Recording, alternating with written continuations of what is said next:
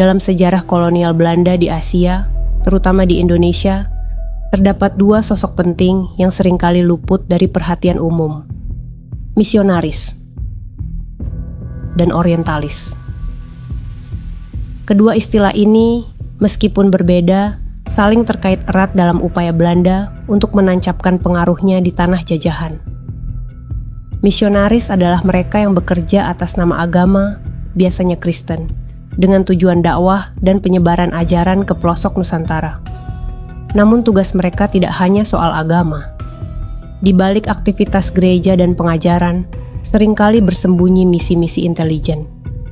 Lalu muncul istilah orientalis, para intelektual, peneliti, dan pejabat yang ditugaskan khusus di wilayah timur.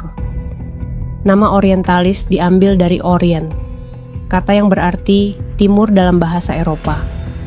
Orientalis mempelajari adat, bahasa, kepercayaan lokal, sekaligus menjadi mata-mata strategis bagi kepentingan pemerintah kolonial. Dua peran ini kemudian menyatu. Bagi banyak pejabat Belanda, tugas sebagai penyebar agama dan pengelola kawasan koloni berjalan seiring, saling menguatkan. Ujungnya, kekuatan agama digunakan untuk memahami, melemahkan, bahkan mengendalikan masyarakat lokal. Begitu juga pengetahuan orientalis tentang lokalitas dijadikan modal utama dalam kebijakan dan operasi intelijen Belanda.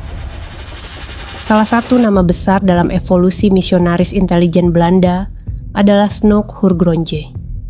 Ia bukan sekadar akademisi, melainkan arsitek strategi pemecah belah masyarakat Indonesia. Berkat keahliannya dalam bahasa Arab dan pemahamannya akan Islam, Snoek menyusup ke jantung pergerakan masyarakat lokal dari akhir abad ke-18 hingga awal abad ke-19. Teori-teori teologisnya digunakan untuk mengacak-acak solidaritas umat, menebarkan ketidakpercayaan dan perselisihan di antara ulama maupun masyarakat akar rumput. Di negara asalnya, Snoek dipuja sebagai pahlawan. Kontribusinya pada kerajaan Belanda tidak ternilai, khususnya dalam memperkuat fondasi penjajahan lewat jalan non-militer. Melalui pendekatan ini, pendekatan agama bukan lagi sekadar masalah keyakinan, tetapi alat politik untuk melumpuhkan gerakan perlawanan. Pada awal abad ke-20, warisan Snoek dikembangkan menjadi sistem intelijen formal.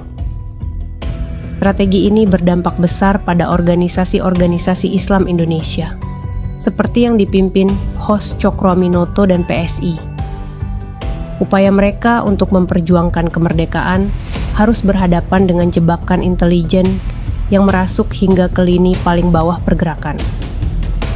Kisah misionaris dan orientalis dari Snoek hingga Sneflit menegaskan kompleksitas penjajahannya.